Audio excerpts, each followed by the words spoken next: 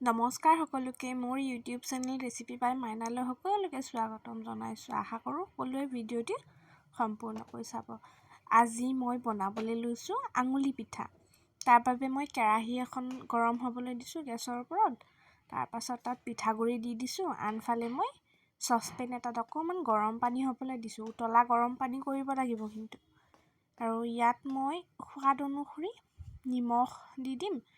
আপোনালোকে যিমানখিনি পিঠাগুড়ি দিয়ে তাত সোৱাদ অনুসৰি নিমখ দি দিব আৰু ঘি অকণ দি দিম।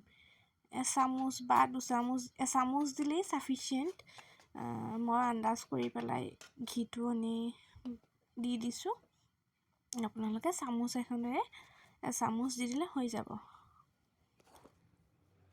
তাৰ পাছত এইখিনি মই যিখিনি গৰম পানী আছিলে একেবাৰে উতলা গৰম পানীখিনি অলপকৈ দি পেলাই আটাখিনি মঠি ল'ম। হাতেৰে মঠিলে যিহেতু হাতখন পুৰিব উতলা গৰম পানী, তাৰ বাবে মোক হেতাখনেৰে লৰাই এনেদৰে মঠি ল'ম। ধুনীয়াকৈ মঠি ল'ম।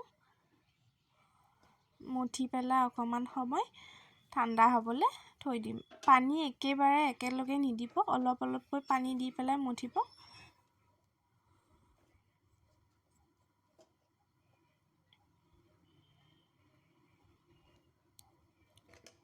এয়া মোৰ মঠা হৈ গৈছে। এনেকুৱা হ'লে এৰি দিব আৰু মঠিব নালাগে আৰু পানী দিবও নালাগে। তাৰপাছত মই আনফালে গেছতে গাখীৰ উতলিবলৈ দিছোঁ। গৰু গাখীৰ হয়, আপোনালোকে যিটো গাখীৰ খায় সেই গাখীৰ ব্যৱহাৰ কৰিলেও কথা নাই। আৰু ড্ৰাই ফ্ৰুটছ লৈছোঁ, কাজু, কিচমিচ আৰু গুড়। চেনিও ব্যৱহাৰ কৰিব পাৰে, গুড় ব্যৱহাৰ নকৰিলে। আৰু সোৱাদ অনুসৰি চেনিটো ল'ব আৰু। আজিকালি আচলতে সোৱাদ অনুসৰি নহয়, চেনি নিমখটো চেহাত অনুসৰিহে ল'ব লাগে, স্বাস্থ্য অনুসৰিহে ল'ব লাগে। এনেদৰে মঠিছোঁ। পিঠাগুড়িখিনি ঠাণ্ডা হৈ গৈছে, একেবাৰে ঠাণ্ডাও নহয়, কুহুমীয়া হৈ গৈছে। হাতত অকণমান ঘি লৈ পেলাই বা ৰিফাইন তেল লৈ পেলাই ধুনীয়াকৈ ভালদৰে আটা মঠাৰ নিচিনাকৈ মঠি পেলাই এনেদৰে কৰিব। মই হাতেৰে দেখুৱাই দিছোঁ। মই সেইটো সময়ত ঘি বা ৰিফাইন লোৱা নাছিলোঁ, সেইকাৰণে মোৰ হাতত লাগি ধৰিছে। ধুনীয়াকৈ ঘূৰাই দিলে হৈ যায়। যদি লয় তেতিয়া লাগি নধৰে আৰু।